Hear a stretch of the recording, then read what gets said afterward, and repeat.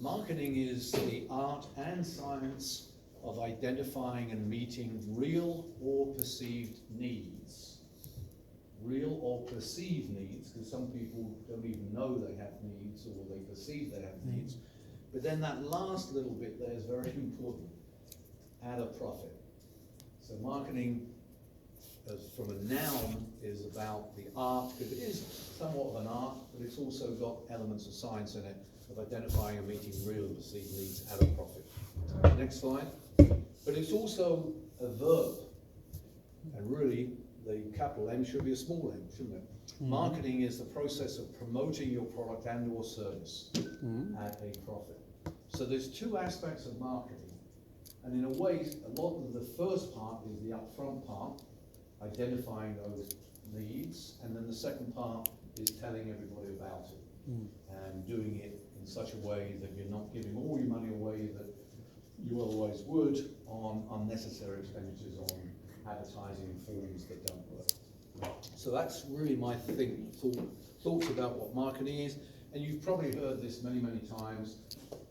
You know, I've been in marketing, say, 45 years. There have been changes, but some of the, or a lot of the fundamentals haven't changed. They're still there. They're still fundamentals, and 5 P's of marketing are still as important today as they were when I started and before I even started. Product, place, where you sell your product, people, who you're selling the product to, price, what price you're selling your product and your service at, and promotion, how you're getting the word out there, how you're telling people, here we are, here's what we offer, here's where you should purchase it from us. Okay? So in those 3 slides, that is really the essence of marketing. And they're all very important to helping you grow your business, because the more you know about the product and what new products you can bring to the market can help you grow, where you're selling your product. You're national today in your business, but you're talking about going potentially international. That opens a whole new wide world for growth, right? People, who you're targeting. You may identify a new product that actually targets a slightly different audience. You have a whole new world to go after. Price, changing your pricing strategy. It may be to make more profit, it may be to make more volume. And promotion, how you actually tell people about what you're offering, the most efficient way of doing that. Maybe you're not using the most effective way, and with a change in that strategy, you can reach more people about your product. So that's really what we're going to talk about this evening, is really these 5 P's of marketing. And then following from that, the basic steps of marketing, again using the noun here, is number 1, define your product and your service. The more you know about these 5 elements here, the more successful you're likely to be. It sounds very obvious, but really understand what is the product and or service that I'm providing. You should know more about it than anybody else. Second, define the market and industry that you're operating in. The more you know about the market, again, I'm going to just point to you again, so just because it sort of thing popped into my head, you know, what market are you operating? You're in the freight business, right? That's a huge, but what do you know about that? You know, which elements of that freight business are you in? Are you in rail, or in truck, or are you in, you know, whatever, airlines, all of the above? Is it for particular product groups or other product groups? Could we enter other product groups? And on and on and on. So understand the market. It could be international, again in your case. It could be all the way down to the local market right here in Oklahoma.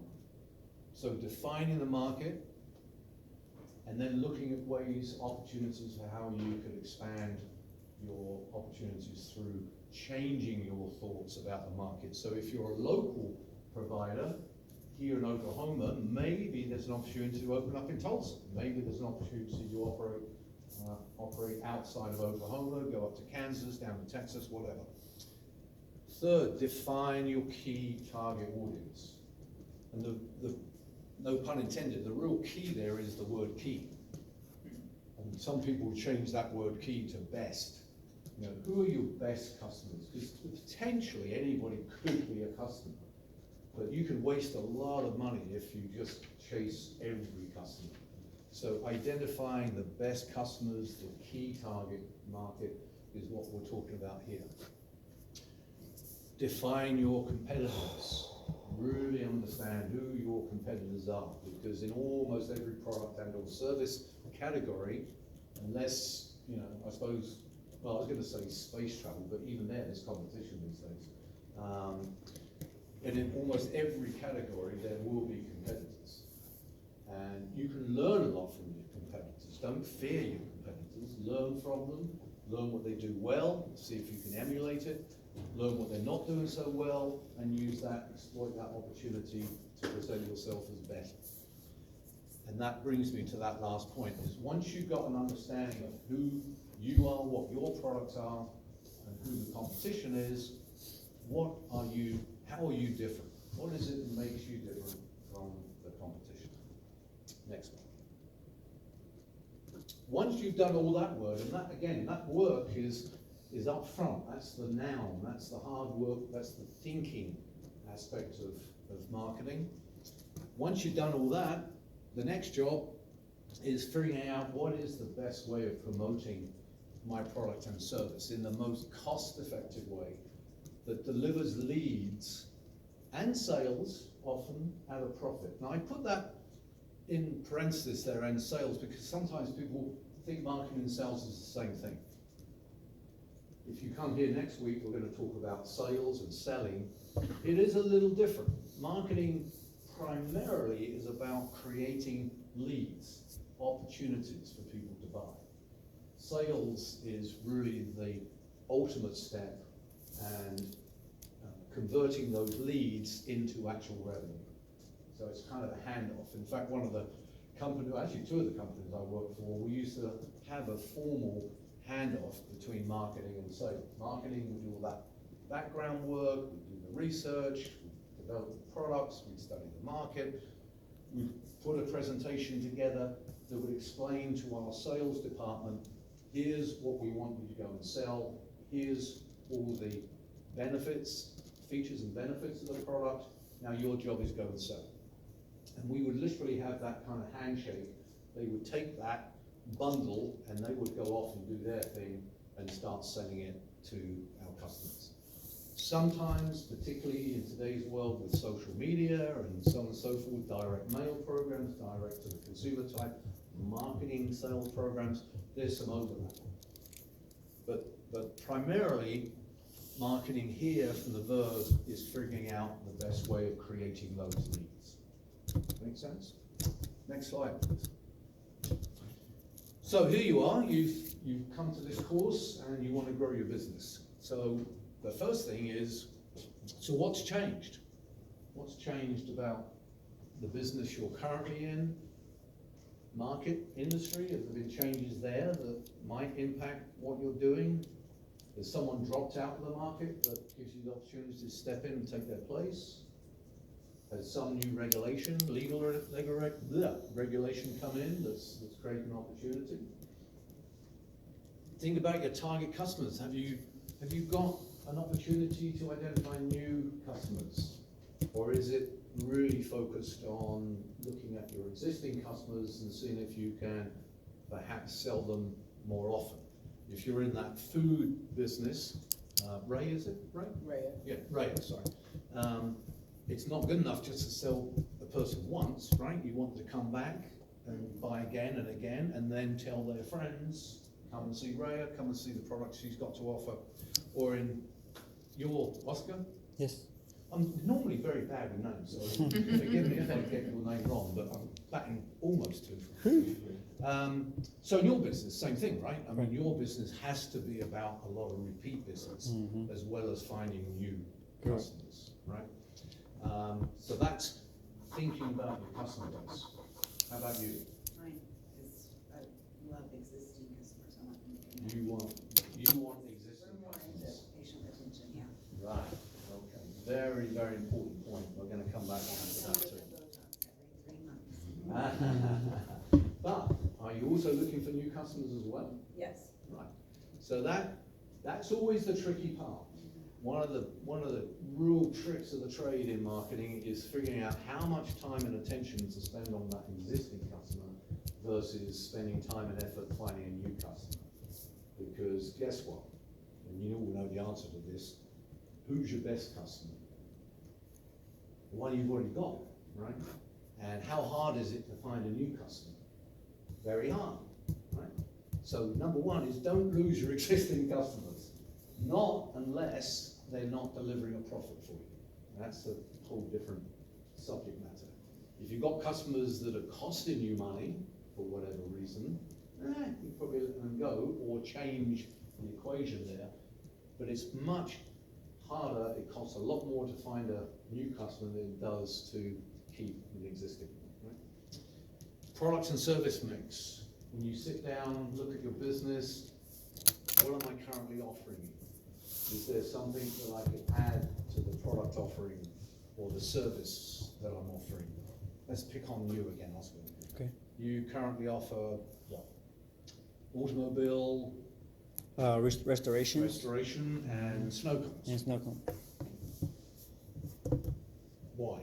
Because they're in the same place. right? Correct. Okay. Because the area is like a plaza center, shopping center, you know, Ah, okay. So it's So all- what else might they want when they come there? at the body shop in the snow cone. Yeah, I mean, you've got them there, you've got them waiting for their automobile restoration, you've got them buying ice creams. Can you come up with something else to?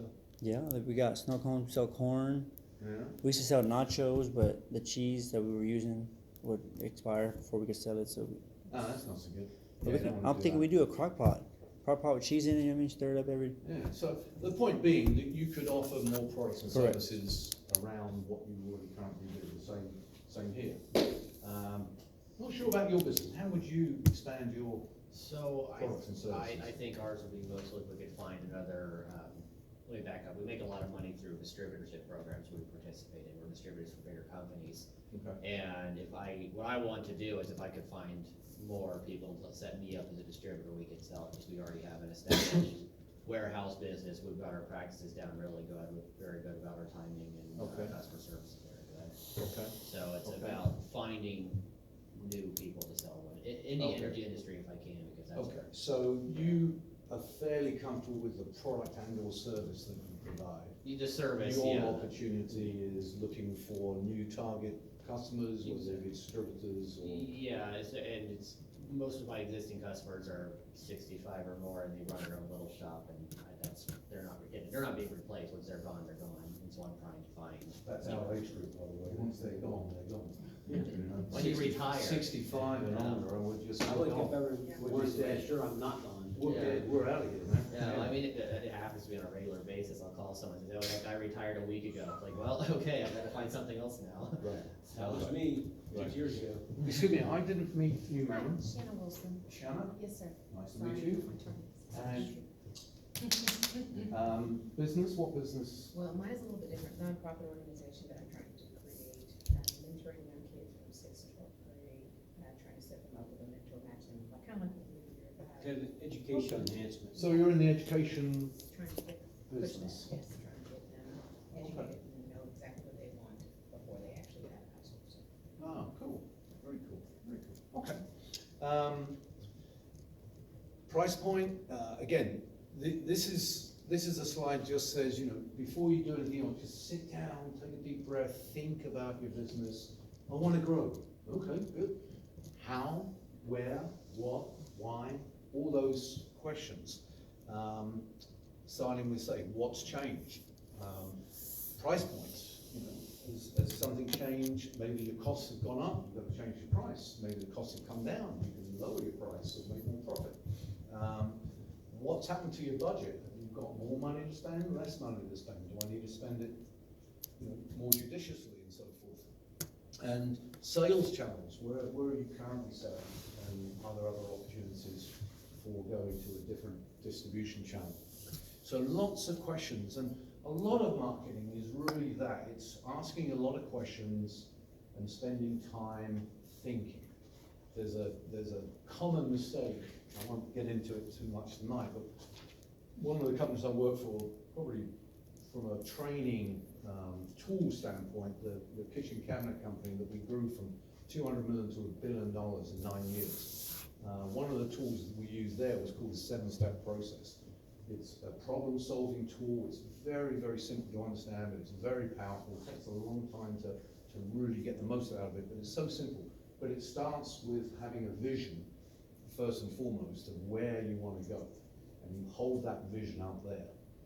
Really hold it out there. Then the second step is you come up with current reality. Where are we currently? So you've got vision, current reality, and when you do this, and you hold on to this one, right? The next thing is action steps, right? And the tension created between these, it's like having an elastic band between your fingers. You know, if you spread it like this, and you hold this finger, and you've got a real big elastic band, it wants to do that, right? It wants to close up, lower the, close the tension. And anyway, that's getting off on a tangent a little bit, but a lot of marketing is about doing that thinking first up here, about the vision. You know, where are we? Well, sorry, where do we want to go? The vision, the current reality, which is a lot of this stuff, before you start taking action. If you start taking action before you want to know, you know where you're going, what happens? Typically chaos, right? Particularly if you've got more than one person in an organisation and they think we're going over here and you're going over there, and it's like, you know, going for a walk in the woods with no map, no compass, and you don't even know where you're supposed to be going to, right? It would be a complete disaster. So it's really spend the time to think. It's very frustrating at times because you want to do things. It's the natural tendency to do stuff, right? But you have to hold off and really spend the time to think through where you want to go first. Next slide, please. Understand your target market. Two fundamental types of business, lots of different types of business. The two of the biggest fundamental ones are business to consumers. And here, I think probably fairly new to you here, but understanding, what's the size of the market, what's the income level of your consumers, what are their purchasing habits, the basic demographics, their sex, their age, lifestyles, which gets more into the psychographics, understanding where they buy their products from currently, the purchasing channels you should be thinking about, and the geographic location. This is really understanding the market when you're business to the consumer, understanding all you can about the consumer. The second one, next slide. Come on, Victor. Oh, no, that's the wrong way. Next one. Went the wrong way. There you go. A lot of businesses are business to business, where you have a product and or service and you're selling to another business that possibly in turn then sells to the end consumers. But you're in that business to business. Sometimes you can be in both, by the way. But in business to business, here it's understanding again the size of the market, anything about the market, how much customers the business you're selling to sells themselves. Is it a big customer, a small customer? Types of products that they sell. Is your product and or service relevant to that customer? Very important understanding who are the decision makers and the influencers. That's also true, by the way, of consumers. I was in the toy industry and we understood very clearly that given we were Fisher-Price toys and we were selling primarily to babies and 2, 3, 4-year-olds, we couldn't do a whole lot about talking to them. At least not that we could understand. They had a lot to say to us, but we couldn't actually understand what they were telling us. So we would have to talk to their mothers or fathers or grandparents and influence their decision for the ultimate user, the kid who's using a Fisher-Price toy, right? When I was in the small kitchen appliance, when I was in the kitchen cabinet industry, the American Woodmark, very important to understand who the decision makers are, particularly when you're selling to a big builder, because you have architects that have influence, you have the buyer who is influenced, influenced the decision. The architect wanted all the products in the world because they were architects, they wanted to design a nice kitchen. The buyer wanted the lowest price. The operations guy, the head of operations, he wanted to make sure that if you were gonna deliver a kitchen to his job site, it better damn well be there on time, complete, without any damage. And on and on and on. So, you know, understand who's making the decision and what do they need to know from you? What information do they need to know? And it can be different depending on who you're talking to. Can you just go back for a second? Make sure customer serve, current vendors comes, yeah, all basic stuff, but it all comes down to this idea of understanding your market and who you're talking to. Okay, next slide, thank you. I don't know if we printed this out, Cecil, but it will be in the presentation because you'll get a copy of these I'll slides. send you that, just like I have them. And I think when you send the slides out, it comes with the talking notes too, right? If I've sent a copy. Okay, cool. So in the presentation, you'll get a copy of this, and you can, anywhere where you see a blue underlined section, you can click on that and you can go and find this stuff. But there's a lot of data out there that can help you in any number of businesses. For almost every business, there is a trade association, and they can be very, very useful for getting information for you. And then you see there's other ones, American Fact Finder, National Bureau of Economic Research, so on and so forth. So there's a lot of stuff out there to give you a start. If you're a very local business, obviously it's a little harder, it's a little trickier. You have to do some of that yourself, the old-fashioned way. So we'll click to the next slide. You can do your own research if you want to find out about what do people think about my product and service. You can set up something like a SurveyMonkey. People heard of that? I'm not sure if it's true today. When I used to use it, up to a certain number of questions, it was free. You could set up you're nodding, so that's still true. So you can set up a little survey, and you know, through any number of different ways, either sending emails to your customer, just asking them, or you know, when they come and see you, just give them a little card and say, would you be willing to, you know, complete this? Any number of different ways. But it's a good way to find out what people currently think. You might ask them, for example, you know, what other product services would you like us to offer while you're having your car? Even your snorkel, what flavor you think we should sell? Absolutely. And an engaged consumer is a very strong consumer too. Plus the fact they'll probably talk more highly to your other, to their other customers. So doing surveys is one way of doing it. Internet research, of course, it's amazing how much you can find on the internet. It really is. It blows you away every day.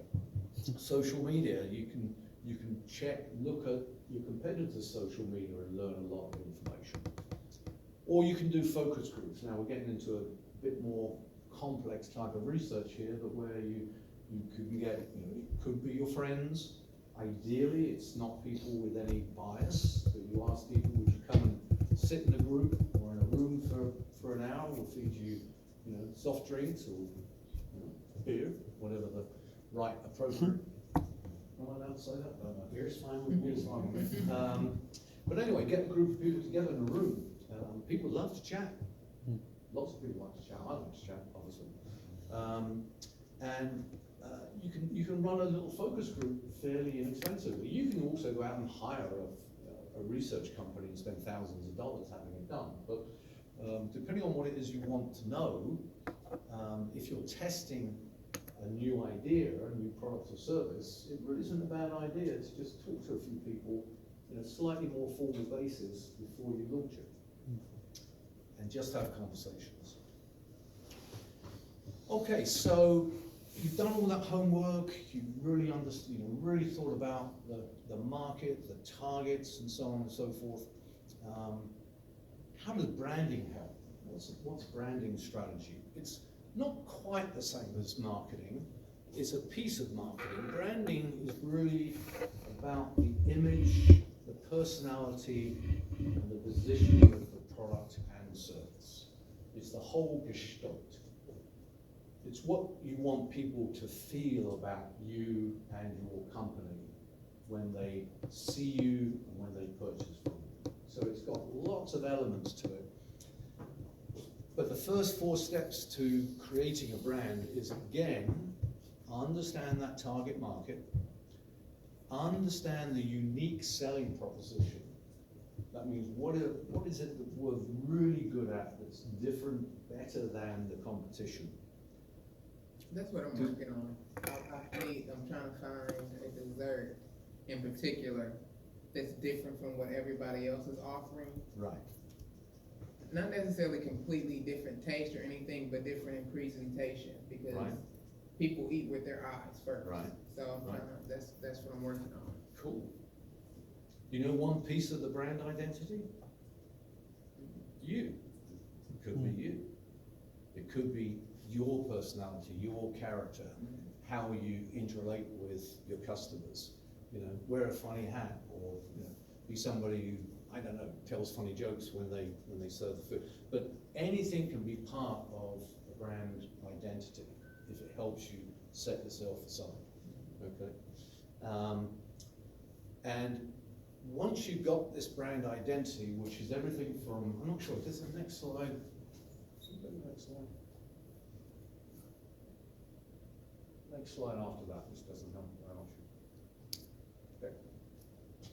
Once you've done a good job of this, you should be able to formulate this classic, what we call the elevator pitch, or the 30-second pitch, right? So, by answering those questions to the, insert who your target audience is, in need of, what is the problem you're looking to solve, or perceived need that you're looking to meet, compared to who is your main competitor. We offer, and this is where you put in your point of difference. Okay?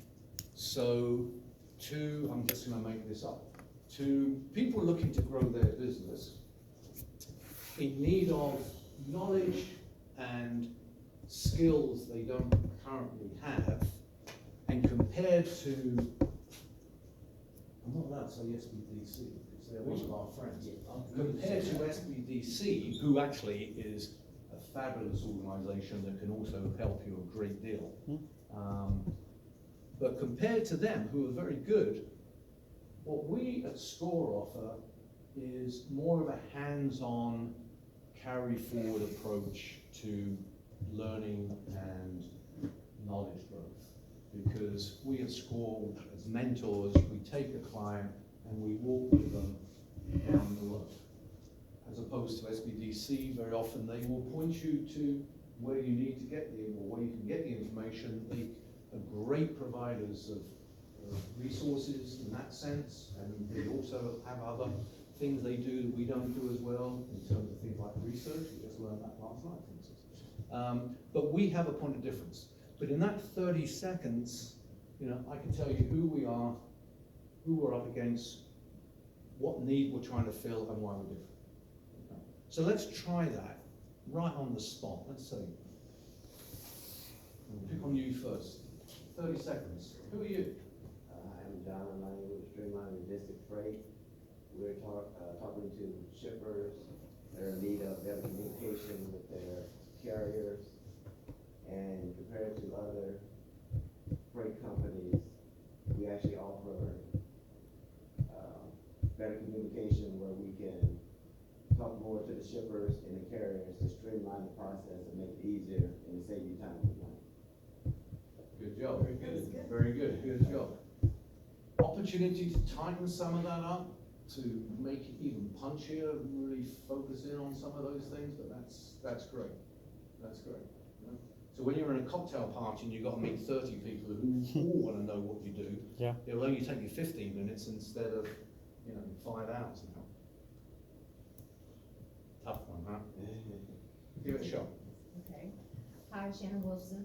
I have an organization that is going to help kids from 6th to 12th grade to try to find mentors, match them with the right people that will help them to succeed in life. I Yeah, missed missed this. In it. need of, so the perceived need. What your needs may be is that you don't necessarily know the right people to get you where you want to go. Okay. Compared to my competitors, they may not be able to stick with you from 6th to 12th grade. And so what I can offer you is just, I don't know what my difference is, that might be my. You That's go all to, right, you that's go to okay. 12th grade? Good, good So you job. can think about this. Yeah, Oscar? Um, oh, hello, my name is Oscar. I am in the automotive business along with a snow cone stand outside the business. The customers that we serve are customers that maybe want to restore an old, like 90s year car, or also people that come in, like older, above 20 years. I mean, 2,000-year-old cars that need some simple change like oil, bumpers. But while you wait, we also offer that snow cone stand outside. You know what I mean? Summertime's only. Sorry, it's not open for winter yet. But compared to the other ones that I haven't seen a body shop that had a snow cone stand outside in a while, besides ours. And also, we don't just do one type of vehicle. We do all type of vehicles. So from sheet metals to plastic types, we can do both of the cars, and Okay. that would be our difference and my advantage. So the snow cone thing, they're not necessarily going there for a snow cone, right? They're Sure. really going there, the principal need they're looking to have met is have their car well restored. Well, because how the parking lot is, they could go for either. They could maybe go in for a snow cone one day and they're like, hey, my car's messed up and there's a body shop right. So if the snow cone's Oh, right I here, gotcha. body shop's at the other pier right there, just, you know what I mean, not that long a distance. So they're like, Do you wow. often get customers from your snow cone business into your body shop? Yes, Cool. we do. It's a Because drive. we paint the cars too, so they're like, hey, we need a paint job, and we get a lot. Okay, Yeah. that's cool, that's cool. Well, Roger, you can do this. A lot of times I actually do introduce myself as Love on the Play. I don't introduce myself as my name first, so I would introduce say, hi, I am Love on the Play, Rhea Blackman. Let's see, I offer meal prep and catering, small, I'm sorry, my mind is just way off. I do events big and small, corporate catering, luncheons, brunches. Okay, so who's your target audience? Really, that's one of the things I'm working on who my target market is, because my pricing. I don't want to be considered cheap. I want to be considered affordable. Right. So Right. a lot of times I do come in with the cheaper quote, but Mhm. I want it to be affordable for the product that I'm providing. Absolutely. And my prices have increased from last year because food has went up. Right, You know, Right. when eggs were $19 a box, and now they're back down to 12. So right. Okay. that's what I'm working on, because I do offer the catering and the meal prep.